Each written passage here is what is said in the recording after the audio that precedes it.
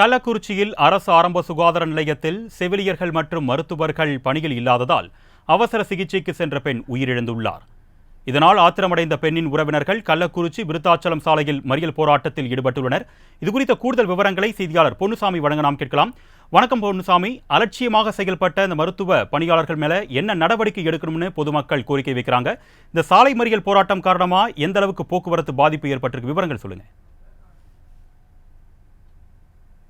கூத்தக்குடி என்ற கிராமத்தில் அரசு ஆரம்ப சுகாதார நிலையம் இயங்கி வருகிறது.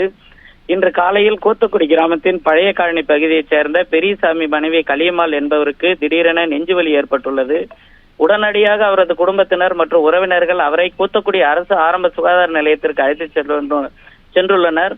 அங்கு மருத்துவர்கள் செவிலியர்கள் பணியில் இல்லாததால் நெஞ்சுவலி என்று வந்த பெண்ணிற்கு முதலுதவி சிகிச்சை அளிக்க முடியவில்லை என்று கூறப்படுகிறது. வெகுநேரமாகியும் சிகிச்சை அளிக்க யாரும் இல்லாததால் கலியம்மாள் உயிரிழந்துள்ளார்.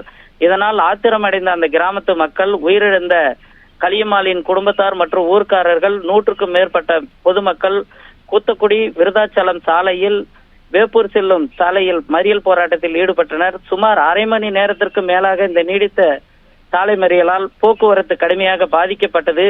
இது குறித்து தகவல் அறிந்த வரஞ்சர காவல் நிலைய போலீசார் சம்பவ இடத்திற்கு வந்து சாலை மறியலில் ஈடுபட்ட பொதுமக்களுடன் சமாதான பேச்சுவார்த்தை நடத்தினர். இது குறித்து நடவடிக்கை எடுப்பதாக உறுதி அளித்ததின் பேரில் சாலை மறியல் கைவிடப்பட்டது. அரசு ஆரம்ப சுகாதார நிலையத்தில் மருத்துவர்கள் செவிலியர்கள் பணியில் இல்லாத நேரத்தில் பெண்மணி உயிரிழந்த சம்பவம் அங்கு பரபரப்பை ஏற்படுத்தியுள்ளது. இவர்கள் மீது நடவடிக்கை எடுக்க வேண்டும் என அந்த பகுதி மக்கள் கோரிக்கை விடுக்கின்றனர்.